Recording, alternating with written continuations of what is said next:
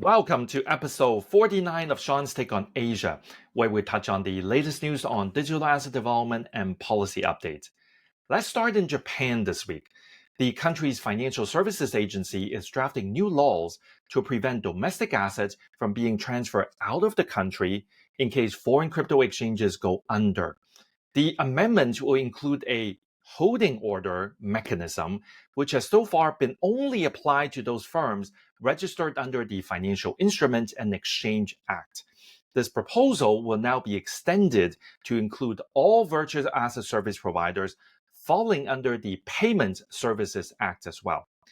Now, under this new regime, cryptocurrency exchanges would not be allowed to transfer assets of Japanese residents to foreign entities in case of a financial crisis in the country.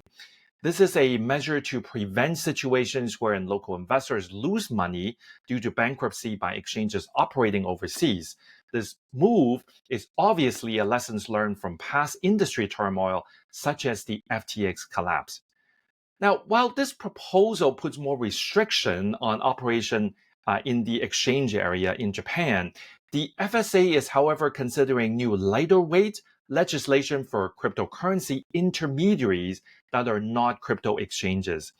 An example of this could be a game app or a self-hosted wallet providing access to third-party apps for crypto trading services before switching back to the original app. In this case, the app operator is acting as an intermediary and needs to be registered as such, but it will not fall under the same requirements as crypto exchanges.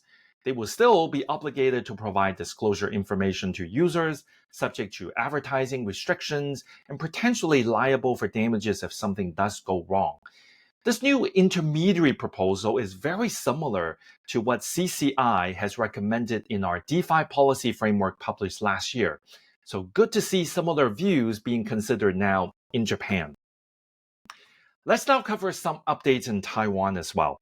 The country's Financial Supervisory Commission will implement new AML rules for the cryptocurrency industry on November 30th, a whole month earlier than the initially planned date of January 1st, 2025.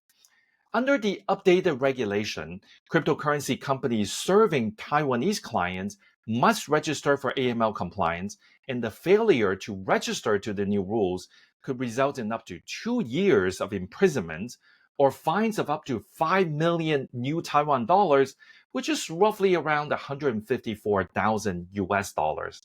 The new requirement states that all virtual asset service providers operating in Taiwan must operate and establish a local company or branch office under the island's Company Act and complete AML registration before commencing operations.